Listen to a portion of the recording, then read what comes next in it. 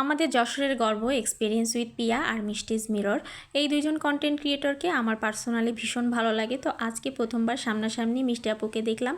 আপু দেখতে আসলেই অনেক মিষ্টি।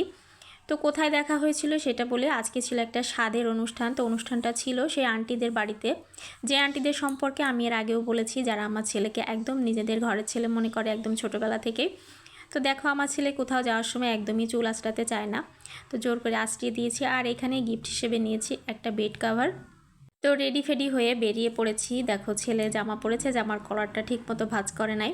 তো ফাইনালি চলে এসেছি। খুবই সুন্দর করে ডেকোরেশন করিয়েছে।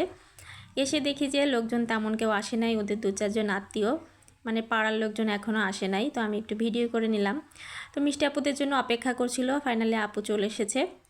এখন আশীর্বাদ পর্ব শুরু হবে। তো আশীর্বাদ করছে প্রথমে ওর ঠাম্মি, মিষ্টি মুখ করিয়ে। আর এখানে হচ্ছে আপুর ক্যামেরাম্যান, আপুরা সবাই হচ্ছে টিম সহকারে এসেছে।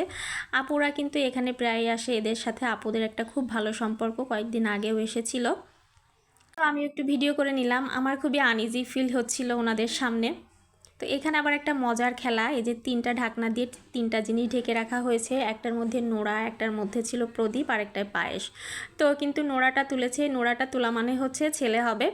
ভীষণ একটা ইন্টারেস্টিং গেম। তো এখানে মিষ্টি আপু আবার ওকে একটু আশীর্বাদ করছিল সবার করার পরে।